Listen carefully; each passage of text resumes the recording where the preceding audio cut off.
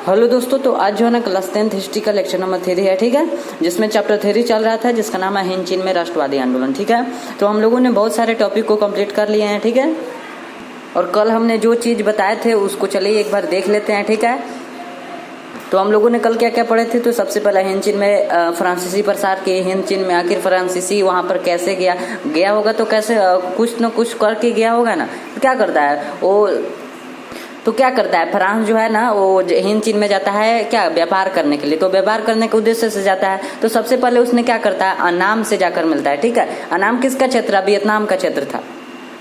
ठीक है, तो फ्रांस क्या करता है कि अनाम के साथ जाता है व्यापार करने के उद्देश्य से, और क्या करता है अनाम से राजनीतिक संबंध बनाता है। ठीक है, 1747 ईस्वी में अनाम के साथ क्या करता है, राजनीतिक संबंध बनाता है, जबकि व्यापार के उद्देश्य से जाता है। उसी प्रकार से क्या करता है, उसको बाध्य कर देता है सैन्य बल पर। ठीक है, सैन्य बल पर कहने का है कि सेना की शक्ति पर उसे बाध्य कर देता है, क्या, संधि करने के लिए। ठीक है, फ्रांस ने। ठीक, तो ये सब जो है ना हिंद चीन में हुआ था, और हिंद चीन 20वीं शताब्दी तक आते आते पूरे हिंद चीन पर कब्जा कर लेता है फ्रांस। ठीक, इस प्रकार से करते करते क्या करता है, हिंद चीन नहीं, फ्रांस के लोग जो लोग थे वो सब क्या करते हैं, हिंद चीन पर पूरे कब्जा कर लेता है 20वीं शताब्दी आते आते। ठीक है, दूसरा में था कि हिंद चीन में उपनिवेश स्थापना के उद्देश्य। तो उपनिवेश स्थापना के इसका क्या उद्देश्य था, फ्रांस इसलिए क्या करता है, हिंद चीन जाता है कि व्यापार के उद्देश्य से, और जैसे डच और इंग्लैंड को उसने देख कर जाता है वहाँ पर। ठीक है, डच भी वहाँ पर जाता है क्या, व्यापार करने के लिए। ठीक, इंग्लैंड भी जाता है वहाँ पर व्यापार करने के लिए। तो वो सबको देख कर क्या करता है, फ्रांस भी वहाँ पर व्यापार करने के लिए जाता है।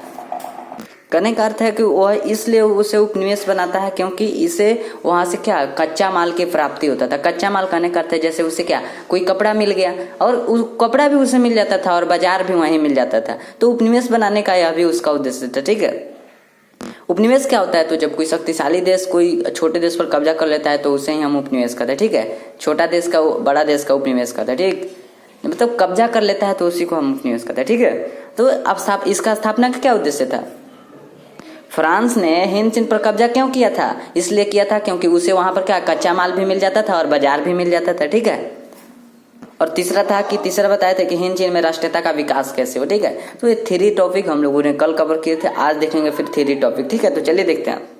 तो आज क्या क्या पढ़े हम। सबसे पहले वियतनामी स्वतंत्रता। हम जानते हैं कि हिंद चीन में कुल 3 क्षेत्र आते हैं, लाओस, वियतनाम और कंबोडिया। तो सबसे पहला देखेंगे कि वियतनामी स्वतंत्रता, उसमें जो वियतनाम जो क्षेत्र था, या फिर कह सकते हैं वियतनाम जो देश था, तो सबसे पहले उसी का स्वतंत्रता हुआ। ठीक है, वियतनाम में ही राष्ट्रीयता का भावना जगा।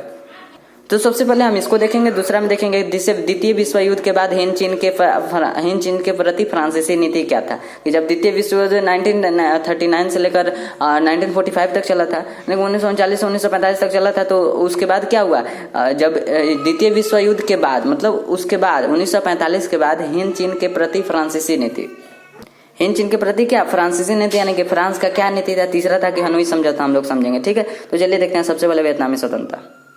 तो यहाँ पे क्या है, वियतनामी स्वतंत्रता। तो द्वितीय विश्व युद्ध के दौरान 1940 ईस्वी में फ्रांस जर्मनी से हार जाता है। ठीक है, क्या होता है, फ्रांस क्या करता है, हिंद चीन पर कब्जा किया रहता है, और फिर जब द्वितीय विश्व युद्ध में जाता है तो उसमें यह हार जाता है। ठीक, किस देश से हारता है, तो जर्मनी से हारता है। कब हारता है, 1940 में आता है। द्वितीय विश्व युद्ध कब से कब तक चला, तो वो 1939 से 1945 तक चला था। ठीक है, जबकि 1940 ईस्वी में फ्रांस हार जाता है जर्मनी से। और उसके बाद क्या होता है, जब हार जाता है तो फ्रांस को हराने के बाद जर्मनी फ्रांस के उपनिवेश हिंद चीन पर कब्जा कर लिया। फ्रांस का कब्जा किस पर था, फ्रांस का उपनिवेश कौन था, तो हिंद चीन था। ठीक है, तो हिंद चीन था। तो उसके बाद जब फ्रांस को हरा दिया जर्मनी ने, तो जर्मनी क्या करता है कि इसका जो उपनिवेश था, फ्रांस का जो उपनिवेश था कौन था, हिंद चीन था। तो हिंद चीन पर ये क्या करता है, कब्जा कर लेता है। ठीक है, तो फ्रांस को हराने के बाद जर्मनी फ्रांस के उपनिवेश हिंद चीन पर कब्जा कर लिया, क्या करता है, कब्जा कर लेता है। और उसी के साथ एक जापान भी देश है। ठीक है, ये तो जर्मनी है, जापान भी देश है। जापान ने अपना सेना भी यहाँ पर भेज दिया। अब तो यहाँ से फ्रांस हट गया क्योंकि फ्रांस के एक उपनिवेश पर अब जर्मनी कब्जा कर लिया। तो जर्मनी और जापान दोनों अब मिलकर यहाँ पर करेंगे शोषण। ठीक है, तो फ्रांस को हराने के बाद क्या करता है, जर्मनी फ्रांस के उपनिवेश पर कब्जा कर लेता है, और साथ ही जापान अपना सेना यहाँ पर भेज देता है। ठीक है, कहाँ पर, हिंद चीन में।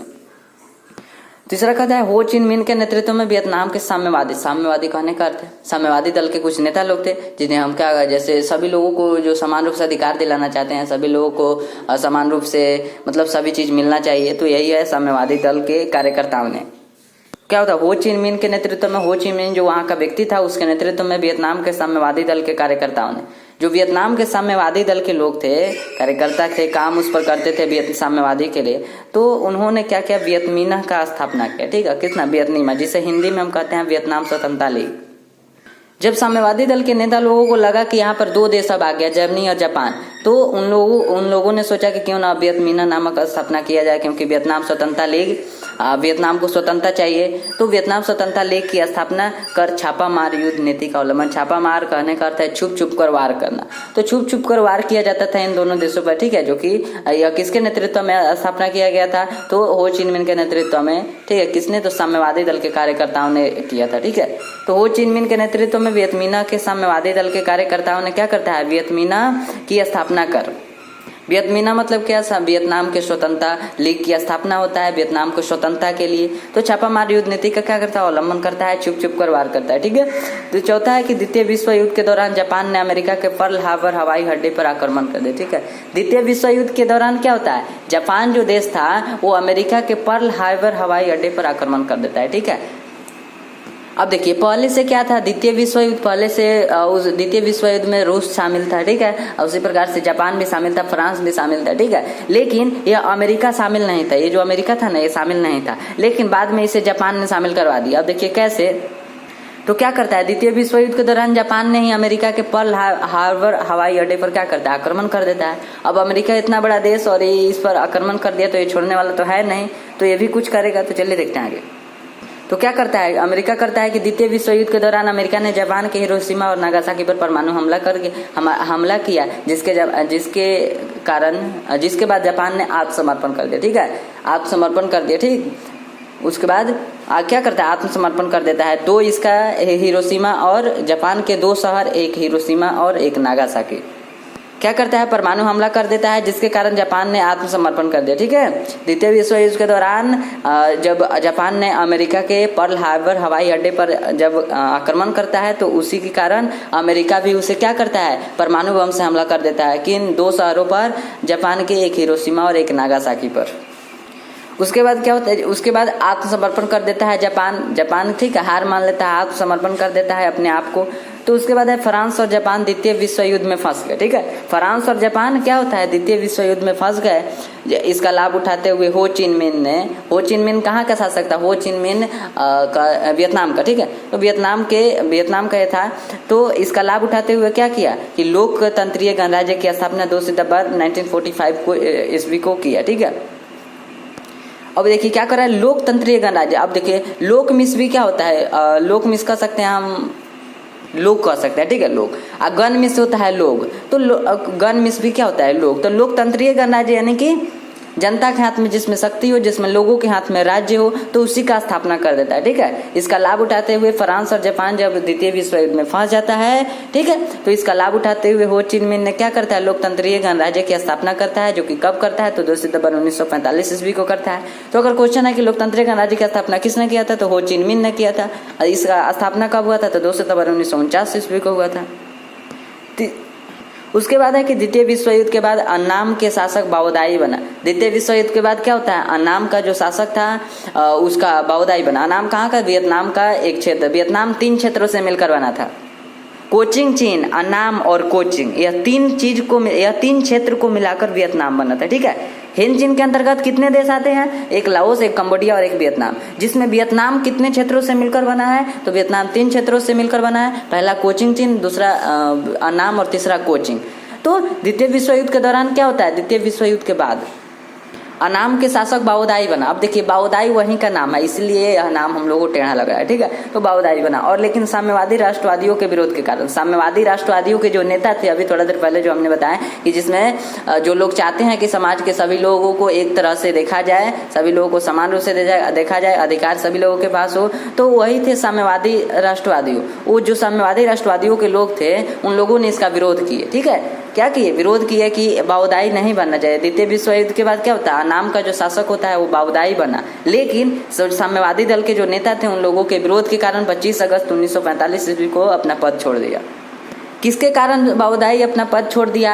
तो साम्यवादी दल के कार्यकर्ताओं के कारण, ठीक है। और जो ये कहाँ का शासक बना? तो 1900 अनाम का शासक बना था, ठीक है। और ये कब छोड़कर भागा? 25 अगस्त 1945 ईस्वी को छोड़ दिया, ठीक है। उसके बाद इस तरह 1945 में वियतनाम में गणराज्य बन गया, ठीक है। वियतनाम क्या है? गणराज्य मतलब गण इसका होता है लोग, और राज्य मतलब क्या? राज्य, ठीक। तो गणराज्य, तो गणराज्य मतलब लोगों का राज्य हो गया, ठीक है। तब तक 1945 में क्या होता है? वियतनाम में गणराज्य बन जाता है। तो हम लोगों ने क्या क्या देखे? तो सबसे पहले हम लोगों ने क्या देखे? द्वितीय विश्व युद्ध के बाद 1940 इसमें क्या करता है? फ्रांस जर्मनी से हार जाता है। द्वितीय विश्व युद्ध 1939 से 1945 तक चला था, ठीक है। तो उसमें क्या होता है? हार जाता है 1940 ईस्वी में। फिर उसके बाद फ्रांस को हराने के बाद क्या करता है? जो फ्रांस किस पर कब्जा किया था? हिंद चीन पर कब्जा किया था। तो अब फ्रांस जब हार गया तो जो जर्मनी था, जर्मनी अब हिंद चीन पर कब्जा कर लिया। तो फ्रांस को हराने के बाद उसके उपनिवेश हिंद चीन पर क्या करता है? कब्जा कर लेता है जर्मनी। हो चिन मिन के नेतृत्व में वियतनाम के साम्यवादी दल के जो कार्यकर्ता लोग थे, जो नेता थे, उन लोगों ने क्या करता है? एक वियतनामीना की स्थापना करता है, यानी कि वियतनाम स्वतंत्रता लीग की स्थापना करके क्या करता है? छापामार युद्ध का उल्लंघन करता है, ठीक है, जिसमें छुप छुप कर वार किया जाता है। द्वितीय विश्व युद्ध के दौरान क्या होता है? जापान ने अमेरिका के पर्ल हार्बर हवाई अड्डे पर आक्रमण कर देता है। जब द्वितीय विश्व युद्ध होता है तो उसके दौरान क्या होता है? उसी के दौरान जापान जो कि अमेरिका के पर्ल हार्बर हवाई अड्डे पर आक्रमण कर देता है। द्वितीय विश्व युद्ध में अमेरिका शामिल नहीं था, लेकिन जब यह जापान इस पर आक्रमण करता है तो अमेरिका भी द्वितीय विश्व युद्ध में शामिल हो जाता है, ठीक है। उसके बाद क्या देखिए कि द्वितीय विश्व युद्ध के दौरान अमेरिका के जापान 2 शहर, एक जापान और एक नागासाकी पर क्या करता है? नहीं, अमेरिका नहीं, जापान के 2 शहर, एक हिरोशिमा और एक नागासाकी पर परमाणु हमला कर देता है। कौन करता है? तो अमेरिका करता है। जिसके बाद क्या होता है? जापान ने आत्मसमर्पण कर दिया, ठीक है, अपने आप को क्या करता है? आत्मसमर्पण कर दिया। उसके बाद फ्रांस और जापान द्वितीय विश्व युद्ध में फंस गया। तब तक क्या होता है? जब फ्रांस और जापान द्वितीय विश्व युद्ध में फंस जाता है, इसका लाभ उठाते हुए क्या हो चिन मिन ने लोकतंत्र गणराज्य की स्थापना 2 सितंबर 1945 ईस्वी को करता है, ठीक है। इसका लाभ उठाते हुए क्या करता है? हो चिन मिन एक लोकतंत्र गणराज्य की स्थापना करता है, जो कि कब करता है? 2 सितंबर 1945 ईस्वी को करता है।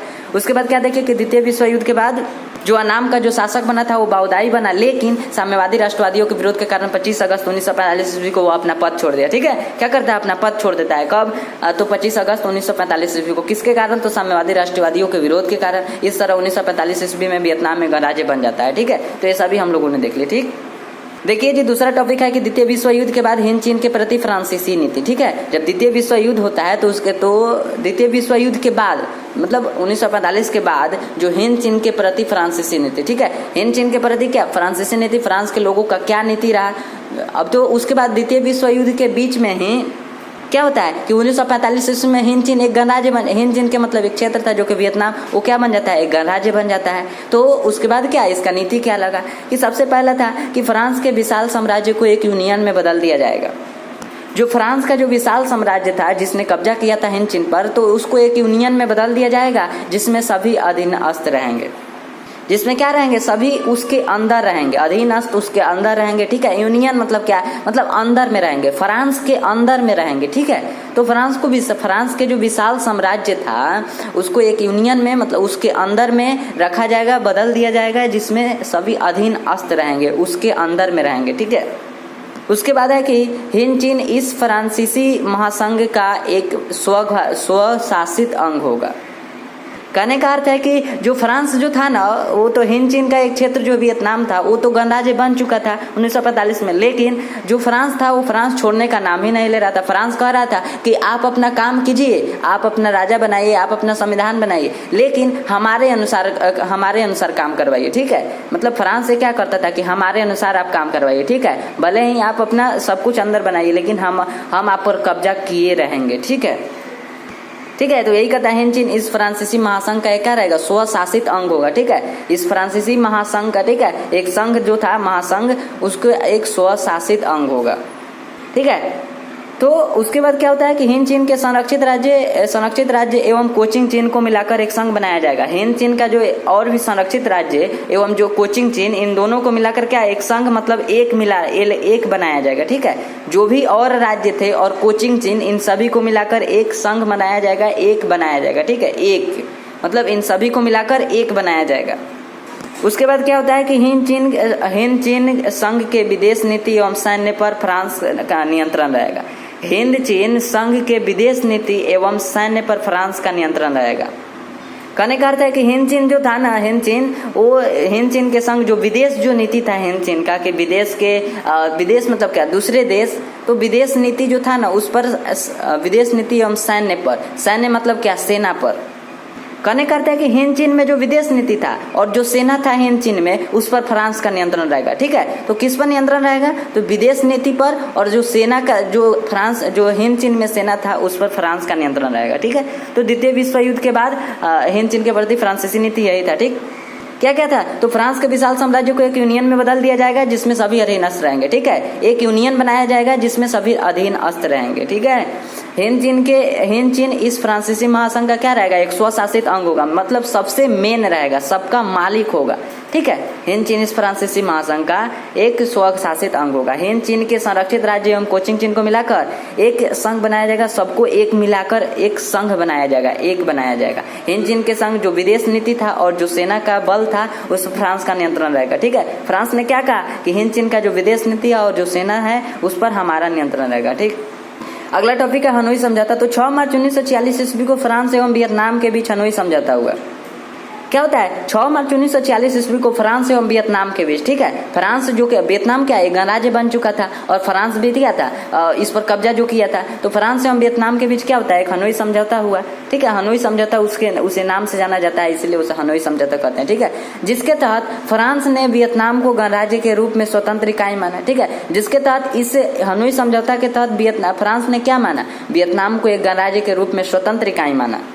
स्वतंत्र क्या, फ्रांस ने कहा कि ठीक है आप स्वतंत्र हैं, फ्रांस ने क्या कहा कि ठीक है आप स्वतंत्र हैं। साथ ही यह भी माना कि गणराज्य हिंद चीन संघ में रहेगा और हिंद चीन फ्रांसीसी यूनियन में रहेगा। ठीक है, हिंद चीन रहेगा, फ्रांसीसी यूनियन में रहेगा। ठीक है, मतलब कहने करता है फ्रांस का और भी उपनिवेश था और फ्रांस और भी देश पर कब्जा किया था, केवल हिंद चीन पर नहीं, और भी उसका देश था उस पर भी कब्जा किया था, जिसके कारण वह एक यूनियन बनाया था जिसमें हिंद चीन भी था और भी देश था। तो यह क्या कहा, साथ ही यह भी माना कि गणराज्य हिंद चीन संघ में रहेगा। जो यह गणराज्य है वियतनाम, यह क्या रहेगा, हिंद चीन संघ में रहेगा और हिंद चीन फ्रांसीसी यूनियन में रहेगा। ये जो वियतनाम है, वियतनाम क्या रहेगा, हिंद चीन संघ में रहेगा, और जो हिंद चीन जो है वो फ्रांसीसी यूनियन में रहेगा।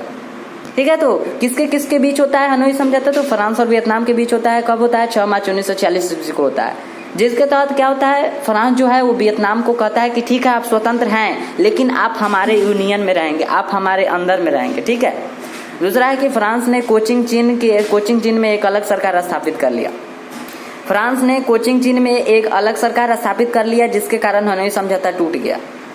फ्रांस क्या करता है, कोचिंग चीन में एक अलग सरकार स्थापित कर लेता है। अब देखिए फ्रांस जो है कोचिंग चीन, अब देखिए हम आपको बताए थे कि वियतनाम 3 क्षेत्रों से मिलकर बना है, कोचिंग चीन, अन्नाम और कोचिंग, जिसमें एक क्षेत्र पर फ्रांस जो था वो क्या करता है, जो कोचिंग चीन जो वियतनाम का जो क्षेत्र है इस पर एक अलग सरकार स्थापित कर लिया, जिसके कारण हनोई समझौता टूट गया।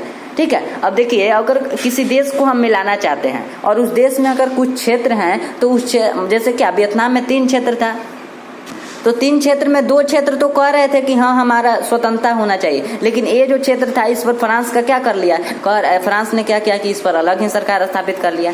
ये फ्रांस नहीं चाहता था कि वियतनाम स्वतंत्र हो। ठीक है, तो वही है कि फ्रांस ने कोचिंग चीन में एक अलग सरकार स्थापित कर लिया, जिसके कारण हनोई समझौता टूट गया। क्वेश्चन अगर आएगा हनोई समझौता क्यों टूटा, तो कोचिंग चीन में अलग सरकार स्थापित हो गया जिसे फ्रांस ने स्थापित किया, जिसके कारण हनोई समझौता टूट गया। फ्रांस ने पेरिस में बाओदाई को बुलाकर वियतनाम का शासक बना दिया। ठीक है, किसके कारण बाओदाई, उस समय थोड़ा देर पहले हम आपको बताए थे कि साम्यवादी दल के नेताओं के कारण क्या हुआ, बाओदाई छोड़कर भाग गया था। ठीक है, तो फ्रांस ने पेरिस में बाओदाई को बुलाकर, जो फ्रांस था वो पेरिस से क्या करता है, बाओदाई को बुलाकर और वियतनाम का शासक बना देता है। ठीक है, फिर से क्या करता है, शासक बना देता है। ठीक, अगला जो हुआ है कि 1949 में हो चिन मिन गणराज्य को अपना आदर्श स्वीकार कर पूर्णतः साम्यवादी बन गया। जो ये हो चिन मिन था जो कि हिंद चीन का था या फिर कह सकते हैं वियतनाम का था, तो ये एक साम्यवादी बाद में बन गया। ठीक है, 1949 में क्या होता है कि हो चिन मिन चीनी गणराज्य को अपना आदर्श मान लेता है। ठीक है, आदर्श किसे कहते हैं, जिससे हम प्रभावित होते हैं। ठीक है, तो आदर्श स्वीकार कर पूर्णतः हम साम्यवादी बन गए। ठीक है, हो चिन मिन, यहाँ पर आपको यही याद रखना है कि 1949 में हो चिन मिन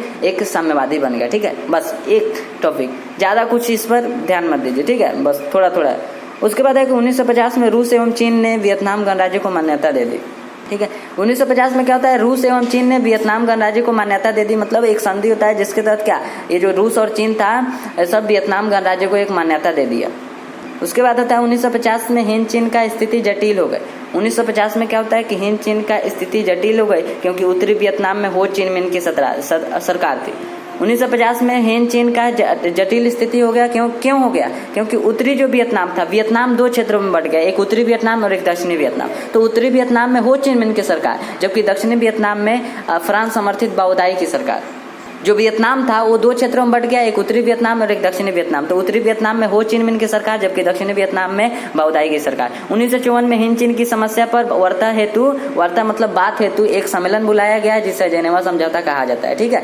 तो 1954 में क्या होता है, हिंद चीन की समस्या पर, हिंद चीन का जो समस्या था, हिंद चीन के वो भी किस क्षेत्र पर, तो वियतनाम वाले क्षेत्र पर एक समस्या था जो कि मतलब मेल नहीं हो रहा था, एक नहीं हो रहा था। सभी जो तीन क्षेत्र था वो एक नहीं हो रहा था। इसीलिए क्या होता है, एक और सम्मेलन बुलाया गया जिसे जेनेवा समझौता कहा जाता है। उसके बाद क्या होता है कि जेनेवा समझौता के तहत वियतनाम को दो हिस्सों में बांट दिया जाता है। जब जेनेवा समझौता होता है तो इसे दो हिस्सों में क्या करता है, बांट दिया जाता है। हनोई नदी के उत्तर क्षेत्र, मतलब एक हनोई नदी था, ठीक है, वियतनाम में एक हनोई नदी था, तो हनोई नदी के उत्तर क्षेत्र उत्तरी वियतनाम की साम्यवादी को, और हनोई से एक दक्षिण, हनोई जो नदी था उससे दक्षिणी वियतनाम अमेरिका को समर्पित सरकार को दे दिया गया। कहने का अर्थ है जो उत्तर का क्षेत्र था उसे वियतनाम के जो साम्यवादी दल के लोग थे उन्हें दे दिया गया, उत्तर का जो था, और जो दक्षिण का था वो जो दक्षिण का था वो अमेरिका समर्थित सरकार को दे दिया गया। ठीक है, अमेरिका को दे दिया गया। ठीक है, किसको दिया गया, तो अमेरिका को दिया गया। उत्तरी को वियतनाम के जो साम्यवादी दल के नेता थे मतलब हो चिन मिन को दे दिया गया, और जो दक्षिण का था वो अमेरिका समर्थित सरकार को दे दिया गया। ठीक है, तो फिर मिलते हैं नेक्स्ट क्लास में। ठीक है, बाकी यदि कोई डाउट है तो जरूर कमेंट कीजिए। ठीक है, यहाँ तक जुड़ने के लिए बहुत बहुत धन्यवाद। ठीक है, तो थैंक यू सो मच। ठीक है, तो बाय बाय, टेक केयर।